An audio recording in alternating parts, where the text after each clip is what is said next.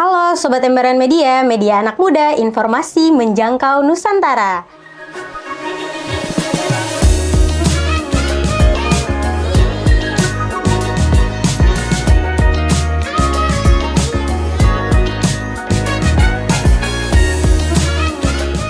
Kembali lagi nih di podcast Embaran Bacarita, tentunya bersama saya Rahmi Aryani.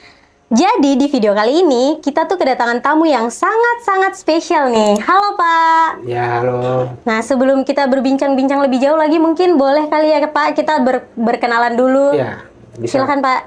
Saya Yahya Muri, anggota DPRK Komisi 3. Wih, keren sekali. Sangat sulit sebenarnya ya guys, kita mengundang Bapak untuk hadir hari ini di studio kita. Boleh tahu nih Pak, kalau boleh tahu Bapak nih aslinya orang mana? Ya, pertama minta maaf, saya asli Fafak, tapi saya suku Baham. Saya suku Baham yang mendiami di Jazirah Baham ini. Oke. Kalau sehari-hari Bapak tuh aktivitas dan kesibukannya apa saja sih Pak? Kalau boleh tahu kita. Ya, jelas saya kan ini sebagai status saya sebagai anak Fafak, dan memang setiap hari langkah saya untuk berusaha itu pasti setiap hari saya berkebun, terus ya menanam apa pala begitu. Setiap hari saya kegiatannya begitu. Keren nih guys, seorang anggota DPRK tapi masih bisa menanam pala atau bahkan berkebun. Selanjutnya nih Pak, sebelum menjadi anggota DPRK, aktivitasnya sih seperti apa atau sebagai apa Oh di iya, terima sini? kasih. Saya dulu tahun 2000 itu sempat saya selesai di SMK Yapis waktu itu. Saya berangkat kuliah. Sudah saya di Sains Institut ini Jayapura, USTJ. Saya ambil jurusan Teknik Informatika. Keren. Ya. Terus saya kembali, saya pulang, itu sekitar 30 tahun itu saya bekerja untuk berkebun, tanam. Pokoknya tanam apa yang sebagai fungsi saya di dalam kampung, kehidupan sehari-hari sebagai bermasyarakat. Dan saya lakukan itu, kemudian sampai kemarin tahun 2014, ya saya ikut calon ke DPRK. DPRK ini kan kita bukan partai ya, kita didukung oleh masyarakat adat yang dianggap percaya siapa yang bisa. Kita didukung oleh masyarakat adat, tua-tua marga, sehingga kita ada di DPRK, di bagian DPR, tapi kita komisi khusus. Oke, jadi jalur khusus ya Pak? Ya, gitu. Oke. Selanjutnya nih Pak, bagaimana sih cara seorang anggota DPRK mengawasi kinerja pemerintahan daerah, khususnya untuk Kabupaten Fafak? Ya, itu kan sebagai anggota DPRK khusus di Komisi Khusus Otsus, ya kita pertama kita melihat kinerja atau kebijakan pemerintah itu. Lalu kemudian ada regulasi yang memang bersama-sama dengan pemerintah bekerja, ketentuannya ada. Lalu kemudian DPRK juga mengawasi langsung dari pemerintah turun sampai ke masyarakat adat. Kenapa? Karena dia lembaga khusus untuk kontrol langsung ke masyarakat adat kepada pemerintah daerah. Nah, itu lebih khusus lagi terkait dengan dana otsus itu. Dana otsus ya. Gitu. Oke, selanjutnya nih Pak, seperti yang tadi Bapak bahas, pengen tahu nih, apa sih impiannya Bapak selaku anggota DPRK? Jadi setelah menjadi anggota DPRK, kira-kira impian apa yang pengen Bapak capai? Ya, saya sebelum impian ke depan lagi, tapi saya bermaksud harus di 5 tahun ini, kita sama-sama dengan anggota DPR partai, anggota DPRK, kita harus membuktikan apa yang menjadi prioritas pertama di Kabupaten Fafak terkait dengan masyarakat yang ada di Kabupaten Fafak. Terus kemudian kita juga tidak bisa mengharapkan pemerintah daerah. Kita harus melibatkan investasi-investasi besar untuk masuk ke daerah kita, sehingga aspek akselerasi itu terjangkau dan tersentuh kepada masyarakat. Artinya bahwa investasi itu menambah pendapatan dari Kabupaten Fafak, sehingga ya generasi kita juga jangan terlalu berharap tes di Pemda lah. Benar-benar. Ya kan? Bisa kerja di perusahaan sudah cukup gitu. Kalau kita pikir kalau kita kuliah selesai pulang kerja di Pemda terus, kantor Pemda di Fafak berapa? Betul. Tidak cukup. Kapasitas mahasiswa selesai di perguruan tinggi, setiap perguruan tinggi masing-masing paling tidak 1 tahun harus 100. kira-kira 2 tahun 200, ini kita timpahkan kemana? Tidak bisa. Daerah pemerintahannya kita kantor sedikit, kantor pemerintahan sedikit. Makanya kita harus pintar membaca situasi dan peluang bisnis ini. Akhirnya investasi itu kita kejar. Itu investasi harus DPR juga kejar, bupati juga harus kejar. Semua elemen pemerintah bekerja sama untuk kejar tentang investasi, sehingga investasi juga begitu. Jangan kejar datang cuma buang saja, tapi kita mampu untuk bisa mensosialisasikan kepentingan investasi itu apa, lalu kemudian masyarakat adanya diberikan apa, pelepasannya apa, terus cara kontraknya bagaimana, itu harus semua kita urus selesai. Sehingga investasi itu menambah pendapatan dari kita kabupaten. Kan Sorong bisa, Timika bisa, mana bisa kok. Masa hanya mau diam begitu, nggak bisa lah. Oke, jadi mungkin itu tadi maksud dari Bapak juga soal tadi Bapak singgung soal anak muda yang lulusan kampus mungkin kan tidak hanya sedikit ya, banyak. Jadi kalau bisa nih anak muda itu harus pintar-pintar memanfaatkan situasi. Jangan hanya mau bekerja di tempat-tempat yang hanya punya apa ya namanya? Hanya bisa menerima sedikit orang gitu. Oke. Itu satu, dan saya punya saran satu, saya mengharapkan semua generasi. Ya kita ini sudah generasi yang sudah hampir 40 tahun ya, 20 tahun. Supaya kalau kuliah itu jangan, maksudnya kalau pendidikan itu kita selesai dari sebuah perguruan tinggi itu, drastislah kita berpikir bahwa itu intelektual yang bisa mampu menciptakan segala macam hal yang bisa menjadi-jadi. Gitu. Jadi kita bukan mengharapkan, ya nanti saya tunggu nasi, masak dulu, tiba di piring baru sama. Tidak bisa. Kita harus bekerja all out. Benar. Bagaimana mendapatkan posisi kita sebagai orang yang bermartabat, lalu kemudian kita berikan kepada orang lain yang bersama dengan kita ada di sini. Oke, baik. Nah, selanjutnya nih pengen tahu bagaimana tanggapan Bapak nih selaku anak adat atau anggota DPRK Jalur Otsus terkait dengan investasi yang akan masuk di Fak-Fak, mungkin seperti pupuk Kaltim, tebu atau jagung yang mungkin nanti ada di Bombray. Saya juga berharap, karena saya dengan Pak Bupati itu, kalau bicara pupuk Kaltim, ya Pak Bupati biasa telepon saya. Ya, jadi pupuk Kaltim jalan ceritanya panjang, tapi belum berhasil ya. Mudah-mudahan kita berdoa 2 bulan ini dia bisa. Karena investasi pupuk Kaltim itu dulu pernah saya pernah sama-sama urus dengan pihak perusahaan pupuk Kaltim, dengan manajemen pupuk Kaltim, dengan pemerintah itu. Ya, saya berharap saya cuma kerja saja. Karena begini, ketimbang saya pikir itu orang yang kita kerja ini sedikit, pengangguran banyak.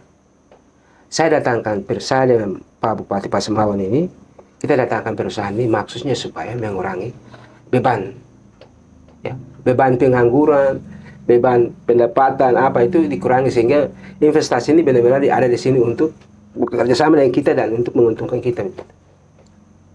Kalau tebu dengan jagung itu kan ya ini kan baru perencanaan Bupati dengan Wakil Bupati dan semua OPD semua sudah punya rencana terkait tebu dengan jagung.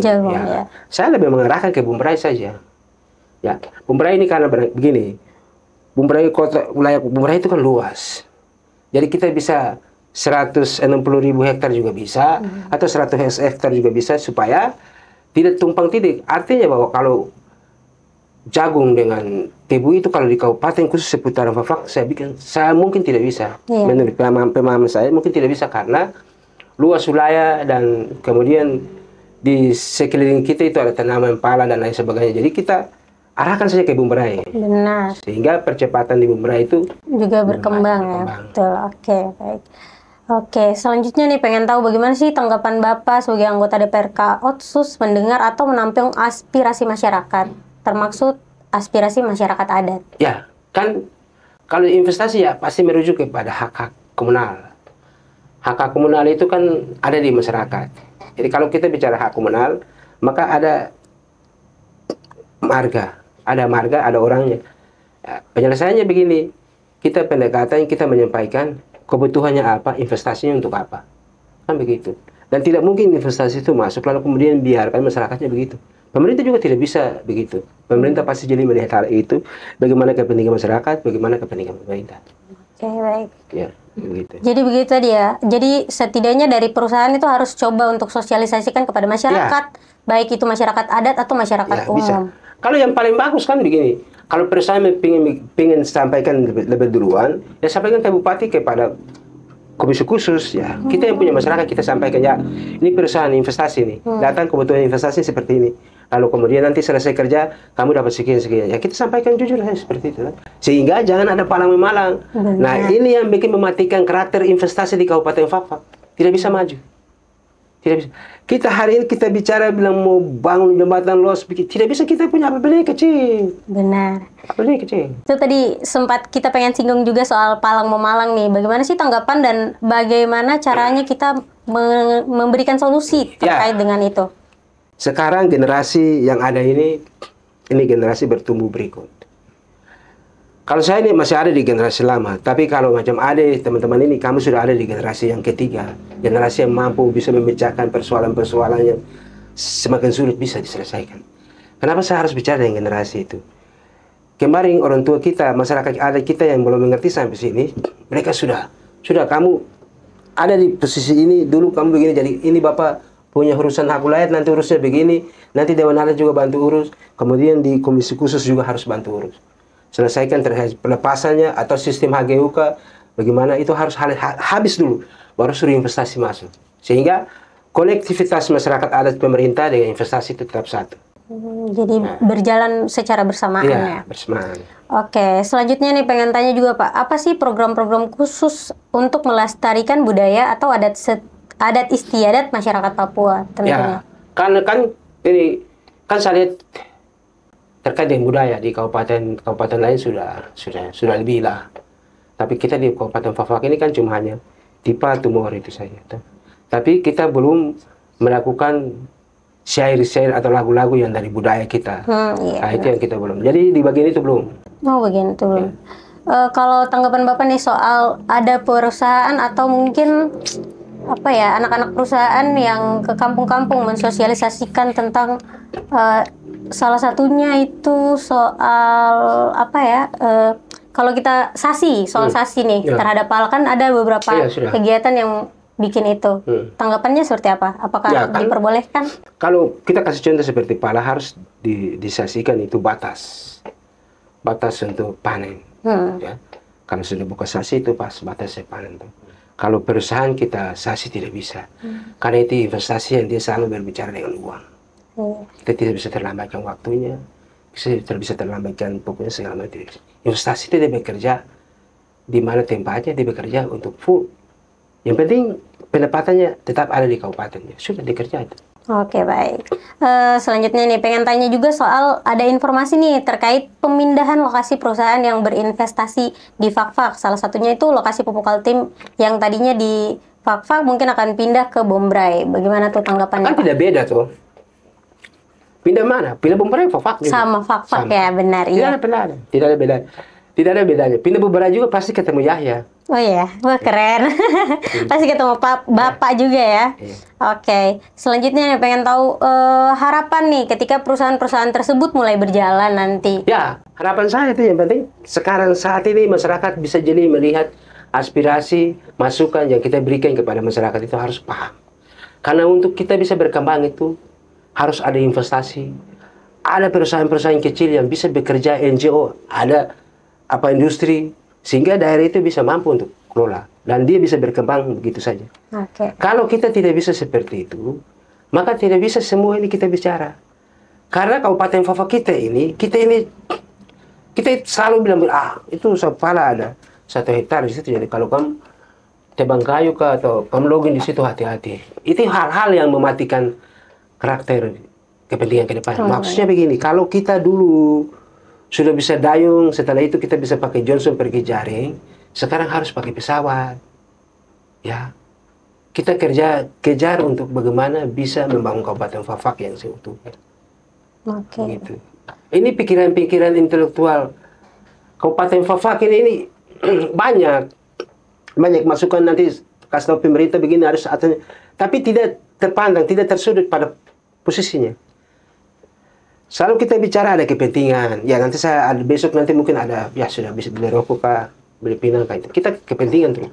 Kalau pikiran saya begini Ade, kalau kita mau benar-benar bekerja untuk membangun negeri ini, pertama itu jangan kita pikir kepentingan dulu. Kita lepas semua. Mari kita sama-sama bicara bagaimana mendatangkan investasi. Kita sama-sama bicara. masyarakat, pemerintah, kita sama-sama bicara sehingga barang yang menjadi tersendat ini dia bisa jalan dengan bagus.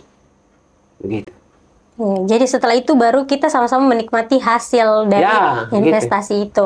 Oke, baik nih. Kita ini masih ada di standar 85% juga tidak 75% Kabupaten Fafak. Kita belum bisa membuka akses secara nasional, bisa memediasi segala macam. Tidak bisa karena kita tertutup. Kerang investasi ini tidak tertutup. Dia tertutup karena begini. Karena kan kita, perusahaan itu datang nanti dia kasih habis itu. Sapu karang terumbu ini. Memang betul, tapi ada regulasi yang mengatur itu. Dan terus kemudian maunya yang kita tentukan itu nanti ada batas-batas aturannya. Begitu. Oke, selanjutnya nih Pak, yang terakhir mungkin kali ya nih, bagaimana sih cara kita sebagai masyarakat Fak-Fak siap dalam menjemput investasi? Tadi saya bilang investasi itu datang kan, pemerintah daerah, masyarakat adat kerjasama. Kerjasama, ya. Ya, sehingga kan pemerintah daerah mengusul, membantu masyarakat adat untuk menyelesaikan status tanah, pelepasannya atau sistem NGO-nya bagaimana, itu kan diatur begitu. Oke. Nah, yang terakhir sekali nih Pak, bagaimana sih pesan dan harapan Bapak untuk generasi pemuda Fak-Fak nih biar mereka juga bisa membuka pikiran terkait dengan investasi? Ya, harapan saya itu begini, generasi yang ada di Kabupaten Fak-Fak ini bukan berarti kita kuliah, kita pulang itu kita sudah tahu bahwa kita ini selesai. Bukan, itu kita masih belajar lagi. Kita masih belajar lagi tentang bagaimana pengembangan diri, terus bagaimana pengembangan daerah. Aspek itu harus kita mengerti. Terus harus satu lagi, yang ada dalam pikiran kita itu bagaimana mendekatkan diri kepada pemerintah dengan masyarakat.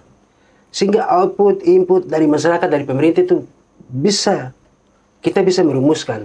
Dan pandai untuk bisa menciptakan apa yang menjadi perbedaan dan apa yang menjadi benar. Sehingga keberadaan kita sebagai anak yang beraset, atau generasi yang beraset dalam Kabupaten Fak-Fak ini. Gitu. Oke, baik guys, itu dia tadi penyampaian dari Bapak Yahya. Terima kasih banyak ya Bapak sudah bersedia datang di studio kami dan juga sudah bersedia menjadi narasumber kami. Oke, terima kasih juga Bapak untuk membagi pengalaman dan harapan kepada Sobat Embaran semuanya. Semoga sukses selalu dan dapat membantu banyak masyarakat. Oke guys, terima kasih Sobat Embaran Bercerita. Jangan lupa like, komen, dan subscribe Embaran Media, media anak muda, informasi menjangkau Nusantara.